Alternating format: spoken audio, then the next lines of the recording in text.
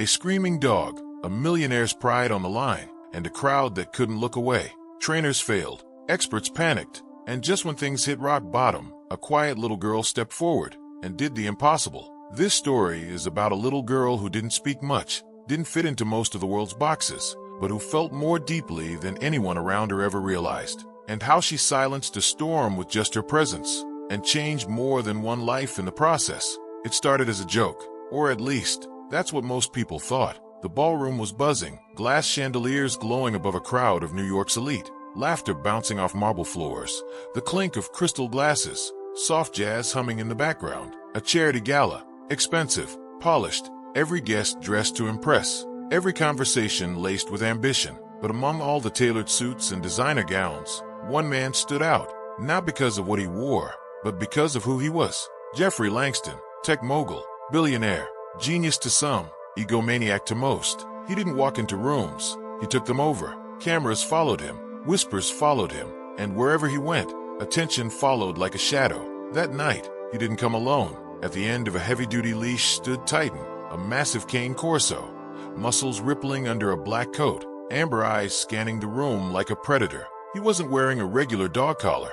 It was military grade, thick, reinforced, with metal spikes pressed inward. You didn't have to be an animal expert to know. This dog wasn't here for petting. Whispers rippled across the room. Is that a cane corso? Why bring a dog to a gala? That thing looks dangerous. Is it even legal to have a dog like that here? But Langston, he didn't care. He wanted the attention. He fed on it. And when he stood, champagne glass raised, the room grew quiet. I'm feeling generous tonight, he announced, voice dripping with arrogance. So here's a little offer. Something fun. $1 million. 1 million. Cash. Right here. Right now. He let the words sink in before continuing. All you have to do is make this dog sit for 10 seconds. That's it. He turned slightly, nodding toward Titan, who immediately let out a deep, echoing growl. Laughter erupted from the crowd. Some laughed nervously. Others clapped, assuming it was all an act, a gimmick. Another Langston moment. But then Titan lunged, his front paws yanking against the leash, teeth bared. Langston didn't even flinch. He just tugged back with one hand and sipped his drink with the other. The room went still. This wasn't a joke. Titan wasn't trained. He wasn't even under control. And Langston, he was daring someone to try. You want $1 million, he said. Make him sit. 10 seconds. Let's go. No one moved. Not at first. But then curiosity won over fear. A professional trainer stepped forward, well-dressed, calm, confident. He gave a polite nod, then knelt beside Titan, treat in hand, voice low. He whispered commands. Titan didn't move. He snarled, his lips curled back. He snapped, not at the treat, but at the man's hand. The trainer jerked back in shock. He's not food motivated, he muttered. Langston smirked. Try the next guy. Another trainer approached. This one had a clicker, one of those behavioral tools. He tried a different technique. Sharp sounds, short commands, movement. Titan stared right through him. A woman came forward. She tried empathy, sat low on the ground, whispered gently. Her voice was soothing, maternal. Titan lunged at her. Security stepped forward, but Langston waved them off. He's not going to bite. Probably. The woman scrambled back, visibly shaken. That dog's not just aggressive, he's traumatized. Langston scoffed. He's fine. He just doesn't respect weakness. Moore tried. An ex-K9 officer with over 20 years of experience. A vet tech. A so-called canine behaviorist with a YouTube following. Even someone who claimed to have trained therapy dogs for children with PTSD. Every single one failed. Some were growled at. Some had their commands ignored completely. A few got too close and were nearly bitten. But what stood out wasn't just Titan's behavior. It was Langston's reaction. He loved it. Every failed attempt made him smile wider. Every time someone backed away, he laughed louder. I told you, he shouted over the murmurs. He can't be calmed. He doesn't trust anyone, not even me. Someone asked him. Then why bring him here? Langston shrugged. Because he's mine, and I don't need him to obey. I need him to remind people who they're dealing with. He said it with such casual cruelty, like Titan was nothing more than a tool. But here's what most people didn't know. Titan wasn't always like this. Langston had rescued him from a fighting ring overseas. Not out of kindness, but because he liked the look of him, the size, the presence, the intimidation factor. Titan had scars, both on his body and deep inside. But instead of helping him heal, Langston fed those instincts, kept him isolated, rarely showed him affection, only brought him out when he needed to make a point. And that night, Titan was the point. Langston's power wasn't in what he built, but in what he controlled, or in this case, couldn't be controlled by anyone else. That's what made the challenge so twisted. And then, she stepped forward. She wasn't supposed to be there, not in the middle of all that chaos. She wasn't a trainer. She wasn't famous. She was just a little girl, maybe 7, maybe 8, tiny, pale. Her long brown hair hung in front of her eyes, and she clutched a small stuffed toy against her chest. Her mother tried to stop her. "Sweetheart, no, that's not safe." But the girl didn't listen. She didn't yell. She didn't run. She didn't even speak. She just walked, slowly, quietly, and as she moved, the crowd parted like the Red Sea, unsure whether to stop her or just watch. Langston noticed her too. He laughed. "Oh, this is rich. What is this? Take your kid to work day." But when no one pulled her back, he stepped forward. "Hey, you," he barked. "Kid, this isn't a playground." The girl didn't react. She kept her eyes on Titan. Langston turned to her mother. "What the hell is this? Get your daughter." The woman's face was pale. She's autistic. She doesn't usually talk to people. I don't know why she's doing this." She looked terrified. But the girl, she was calm, still, steady. And so was Titan. He had stopped growling. His muscles, tense just moments before, loosened. His breathing slowed. He didn't bark. He didn't move. He just stared, locked eyes with this tiny human who hadn't said a single word. And for the first time that night, the ballroom went silent. Langston stepped back, clearly unnerved. This has gone far enough. But before anyone could stop her,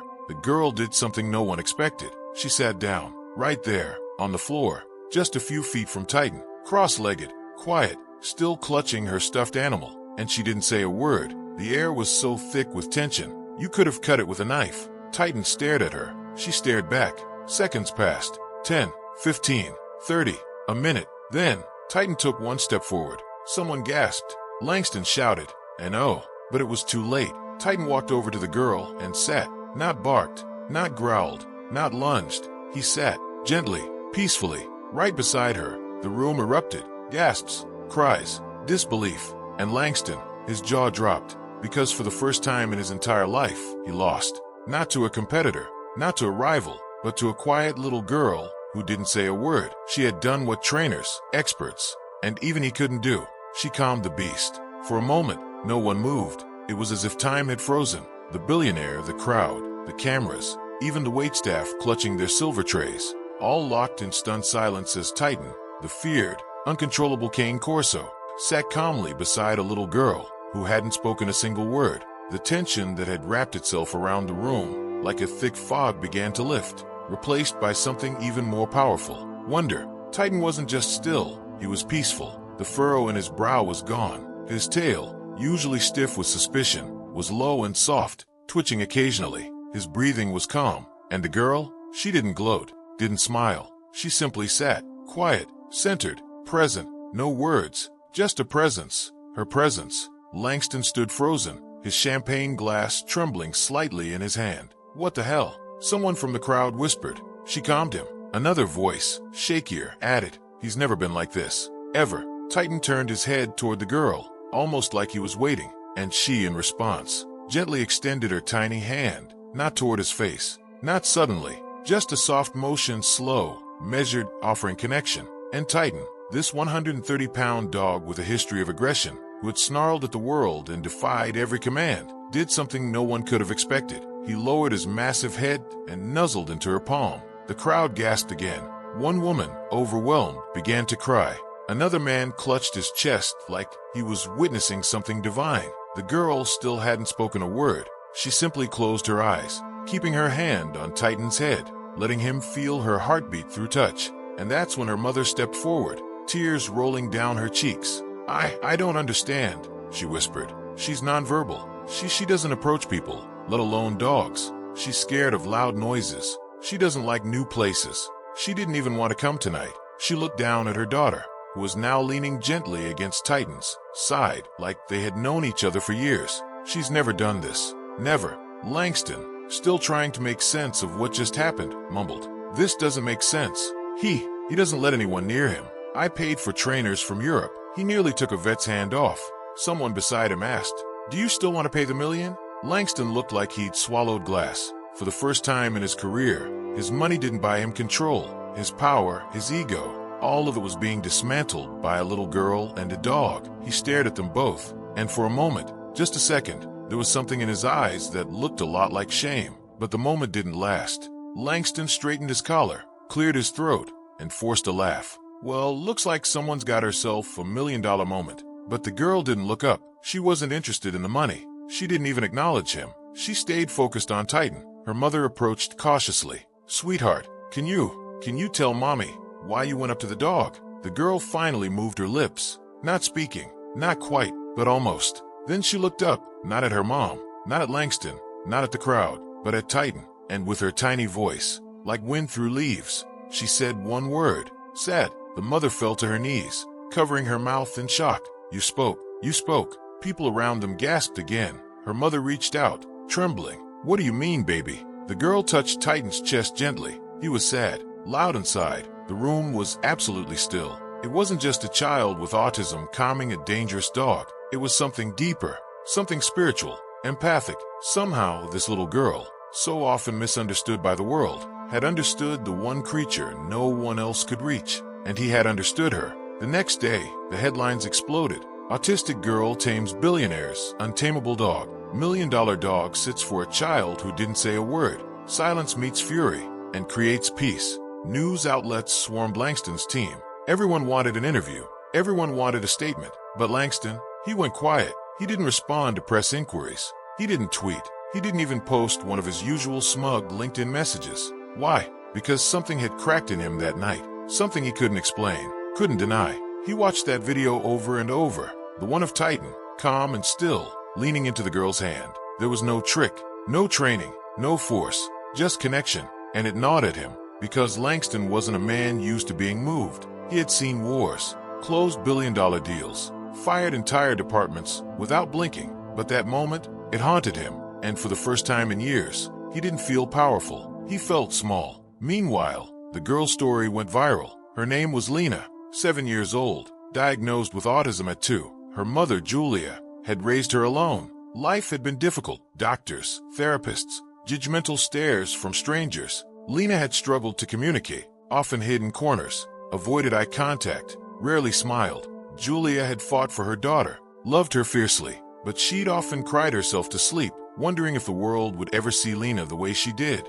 Then came Titan, and suddenly, the whole world was listening. Lena's one word, "sad," echoed across the internet. People from around the globe reached out. Parents of autistic children, animal behaviorists, therapists, veterans with PTSD. They all had the same reaction. Something incredible happened that night, but not everyone celebrated. Some questioned it. This was staged. Langston probably paid for the drama. Just another viral stunt. Langston's PR team even tried to spin it, claiming Titan had been recently trained, and the girl's timing was a lucky coincidence. But Julia pushed back.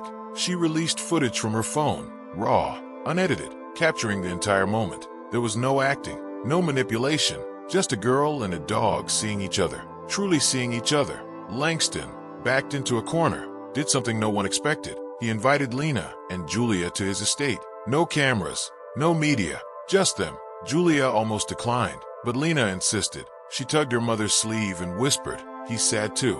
Julia looked confused. "Who, honey?" "The man with the dog." Langston's estate was more fortress than home. High walls, private security, and doors that looked like they belonged in a bank vault. But when Lena arrived, something felt different. Titan was there, waiting. But this time, he wasn't behind a gate. He was free. No leash, no muzzle. Langston stood beside him, looking strangely unsure of himself. He bent down slightly as Lena approached. I wanted to say thank you." Lena nodded. Langston knelt beside Titan, placed a hand on his back. "I didn't treat him right. I thought strength meant control." Lena tilted her head. "You were both scared." Langston blinked. Those words hit harder than any boardroom insult. He nodded slowly. Lena reached out again, touching Titan's head, just as she had before. "He's quiet now." Langston looked away, ashamed, but Lena touched his hand and whispered, "You can be quiet too." For a man who had always spoken over others, the silence that followed felt like the loudest sound he'd ever heard. Over the next few weeks, everything changed.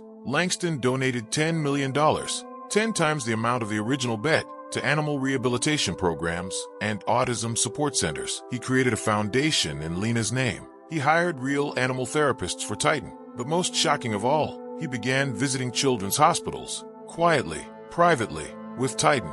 And Titan, he was different now. Gentle, calm, empathic. He would sit beside children in wheelchairs, nudge their hands, lay at their feet for hours. Langston never gave interviews, but when one reporter caught him leaving a hospital, he asked, "Why the change of heart?" Langston simply said, "She showed me what strength really looks like." Lena's story didn't end that night at the gala. It started there. She was no longer the girl people whispered about in pity. She was the girl who changed a billionaire and saved a dog who had forgotten how to love. And all she needed was a moment of stillness, a little courage, and a heart big enough to hear the pain others couldn't say out loud. The sun dipped low over the skyline, casting a golden light across the quiet city street where the story had first begun, where the billionaire in his tailored suit and polished shoes had locked eyes with a beggar and been struck down by a memory he thought he'd buried. It all started with Titan, that one dog, but what it led to was far, far bigger. Langston Blake, once a ruthless tech mogul known for breaking startups and bankrupting rivals, now stood silently at a small city park. No press, no entourage, no cameras, just him, and a promise he never expected to make.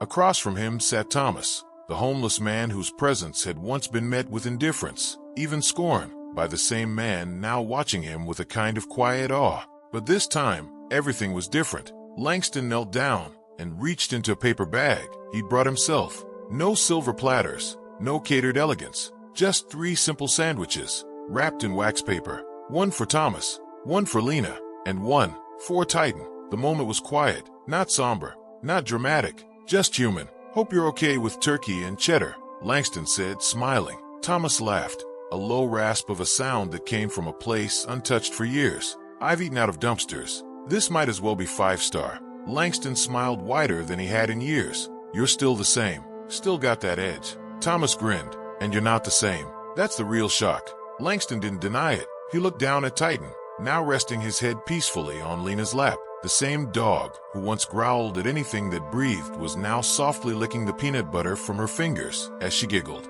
It would have been hard to believe if you hadn't lived through it. But this moment, this incredible, full-circle moment, had been years in the making, and it was time for truth. Langston exhaled and turned to Thomas. "You deserve the whole story." Thomas raised an eyebrow. "You mean the part where your dog was mine first? The part where you looked right through me like I didn't exist?" Langston nodded. "All of it." And so, in that quiet park, as the sky blushed orange and the city buzzed just beyond the trees, the truth came out. Years ago, before Langston had been a billionaire, before the private jets and mansions, he had been desperate, broke, fresh out of college, burning with ambition, but his ego was bigger than his bank account, and his pride was too heavy to carry. He couch surfed, borrowed money, slept in his car sometimes, and during that dark time, he met Thomas. Thomas was a few years older, a former vet who had fallen on hard times. PTSD, bad luck, and a system that didn't care had left him on the streets. But he had something most others didn't: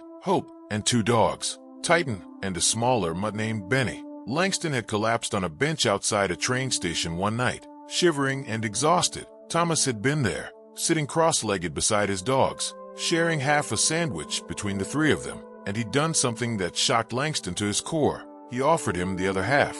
That sandwich saved him, not just physically, but emotionally. It was the first act of kindness he'd received in weeks. And Thomas didn't stop there. He let Langston stay in his tent during a storm. He taught him how to protect himself on the streets. He even introduced him to a woman who later connected Langston with a tiny startup looking for cheap labor. That job, it sparked a chain that would eventually make Langston rich. But the most painful part? He never said thank you. Once he started rising, he cut all ties, never looked back.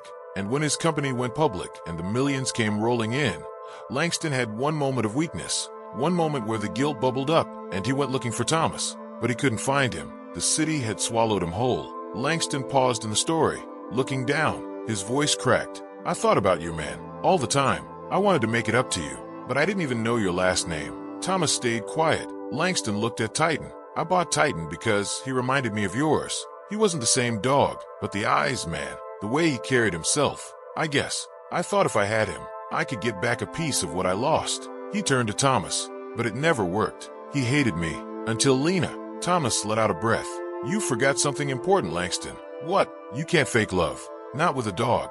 Not with people. They know." Langston nodded, ashamed. I know that now. A silence stretched between them, heavy, but not bitter, just real. Then Lena stood up, brushed crumbs from her lap, and walked over to Thomas. She held something in her hand, a drawing, crayon on paper, the kind only a child could make.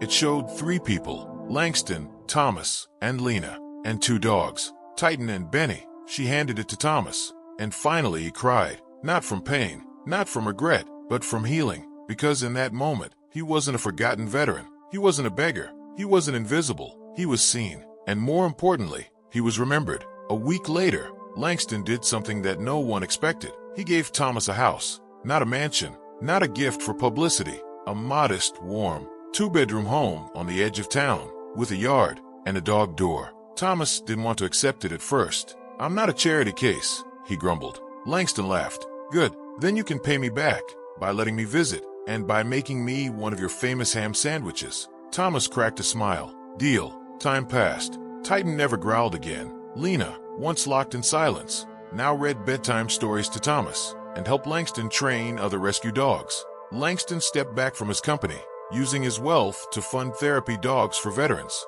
emotional support programs for children with autism, and housing for the homeless. And through it all, one truth remained. It all began because one dog remembered what a man forgot. Years later, a statue was erected in that same park, not of Langston, not of Thomas, but of Titan, a bronze sculpture showing him resting beside a little girl, his eyes soft and alert. The plaque read, "For those who listen without words and heal without asking, to the ones who saved us when we didn't know we needed saving." And beneath it in small, etched letters, "Thank you, Titan," from the man who forgot and the girl who reminded him. As the sun set on the city park, the story of Langston, Thomas, and Titan wasn't just about a billionaire and a homeless man.